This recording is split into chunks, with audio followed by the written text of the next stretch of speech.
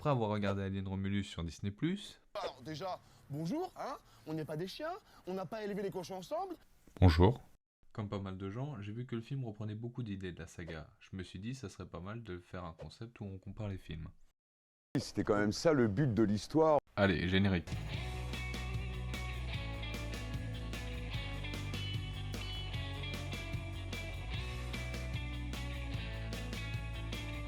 Vous l'aurez compris, on va comparer deux films. Je vais quasi tout spoil. Si Alien Romulus repompe beaucoup de la saga, il s'inspire surtout de Alien 1 où l'équipage est coincé avec le xénomorphe. Donc petit rappel de ce qu'était Alien de 79. Lors d'un vol commercial, les passagers en hibernation se réveillent prématurément à la suite de signaux de vie captés par l'ordinateur. Ils débarquent sur la planète, font la rencontre de cette gentille petite créature et la ramènent dans le vaisseau. En bref, le film est culte pour plusieurs raisons. Ripley est l'une des premières figures héroïnes du cinéma des années 70. Le film est précurseur devenant une référence de la SF et de l'horreur, l'un des premiers qui utilise le principe de la Final Girl. Il est retenu pour sa tension et la gestion incroyable des effets sonores. Ah oui, et pour le fond, l'alien est une métaphore de l'agression sexuelle. Maintenant, autour d'Alien Romulus. Le film se déroule 20 ans après Alien 1. Le xénomorphe que Ripley a envoyé dans l'espace est récupéré par la compagnie parce qu'il a eu le temps tranquille de se faire un petit cocon dans l'espace. Parallèlement à ça, on suit Rain, orpheline, vivant avec un androïde reprogrammé pour être son frère. Étant donné qu'ils ont une vie pas ouf parce qu'ils doivent travailler jusqu'à la mort, ils décident de se barrer avec un groupe d'amis qui ont un vaisseau pour aller sur une autre planète. Pour ça, ils ont besoin de récupérer des caissons de cryosommeil se trouvant dans la station Romulus et Remus, où a été récupéré l'alien.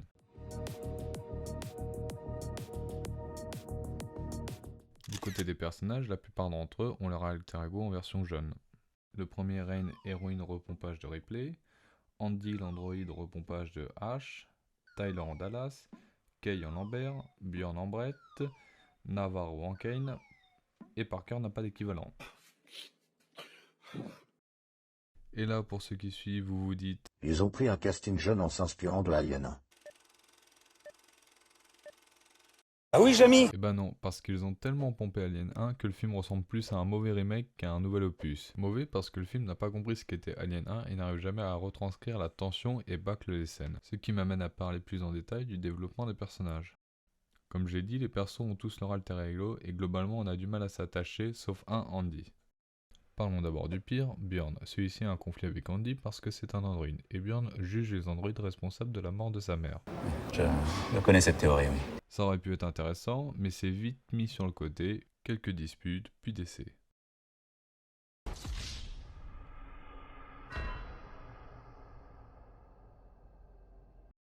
Ensuite, Rain, Tyler, Kay. Les trois ont le même problème, on ne s'attache pas aux personnages. Rain n'arrive jamais à sortir de l'ombre de Ellen Ripley. Tyler veut protéger sa sœur tout le long du film, donc forcément il se sacrifie héroïquement pour la sauver. Et Kay, j'y reviendrai plus tard. Heureusement il y a Andy, c'est le perso le plus développé, son attachement à Rain, son hacking par H. Waouh, qu'est-ce que c'est que ce truc là? Et globalement on y croit, il joue plutôt bien. Tu sais comment on appelle un mineur qui est souvent inquiet? Un mineur miné. T'as compris? Il est miné. Bon, maintenant parlons des repompes. Et t'as pas parlé de Navarro? Qui ça? Ils sont pour très cracher.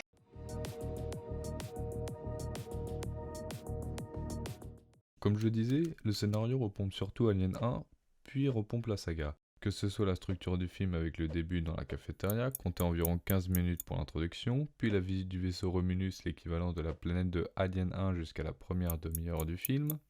La fausse mort de Kay presque à la même minute que la mort de Brett avec le même effet de condensation exagéré. Il y a plein de petits détails comme ça qui interviennent au même moment dans les deux films. Ajoutez à ça les répliques reprises des autres films, en voici une petite compile.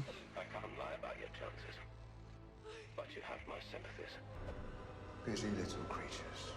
Get away from her, you bitch. Ils ont aussi repris la scène des armes dans Alien 2. Les mecs n'arrêtent pas de pomper la saga, même l'idée du bébé alien s'est repris d'Alien 4, mais bon, on y reviendra plus tard avec Kay. Tu es très moche.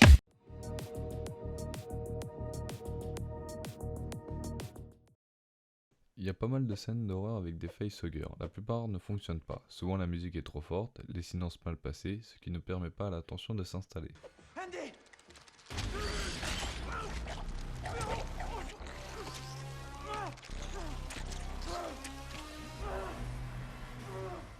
Ici, la scène ne fonctionne pas, la musique est trop forte et imposante, ça aurait pu marcher s'il y avait eu un son plus strident comme cette scène dans Alien.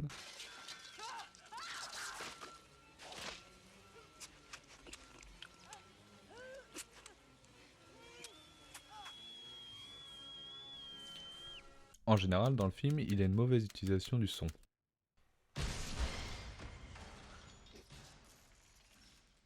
Le son doit venir en même temps ou avant le jumpscare, mais pas après.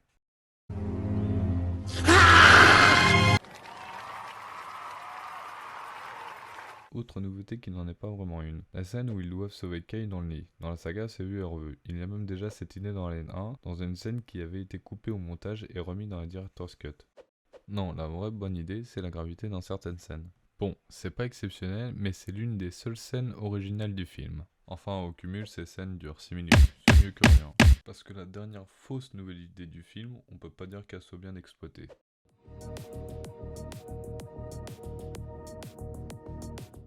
Pour comprendre ce qui fait la différence entre les deux films, on va se mater les fins.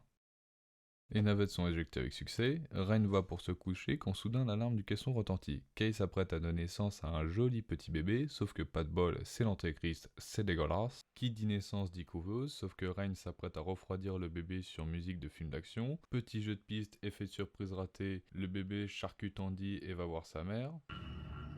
Goo goo gaga, I want milk.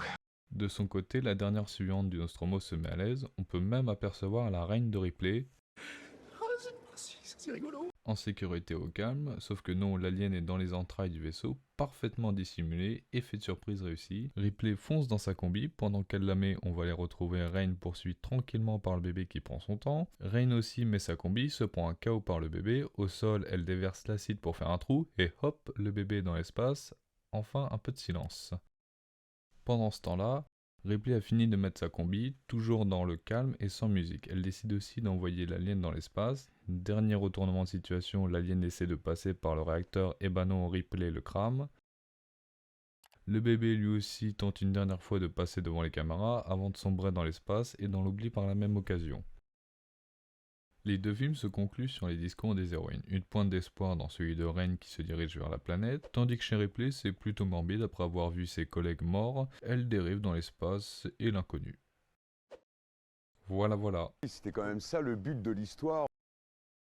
D'un film à l'autre, il y a eu de la tension grâce à une mise en scène soignée et une bonne gestion des effets sonores pour Alien 8ème passager. Du côté d'Alien Romulus, on a eu l'impression d'assister à un banal film d'action. C'est un méchant, toi. Il est méchant. Il est pas gentil, le monsieur. Ce versus est terminé, merci de l'avoir regardé et allez voir les deux films pour vous faire un avis.